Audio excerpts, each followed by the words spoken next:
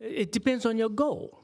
So in a patient who's terribly overweight, I'm going to encourage you to do it as often as you possibly can and how comfortable you feel with it. But if you're just doing it for health reasons, you're just doing it because you're not overweight, your insulin's okay, your sugars are okay, but you just want to remain healthy, and that's why you want to keep your insulin sensitivity, then my advice is to do it twice a week. Because the day after you fasted, your insulin sensitivity is going to be there.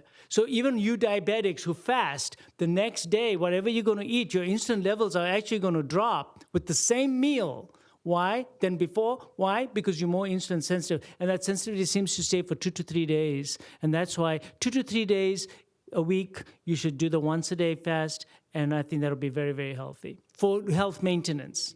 But if you're overweight and you want to do it for that, well, then you do it every day till your weight comes down, till your waist comes down, till you want to stop. And if you really want to know how well you're really doing, then you do your blood tests. You know, you do your HDL, your triglycerides, you do a 5-hour insulin test, and now it's all normalized. Well, now you've hormonally corrected yourself.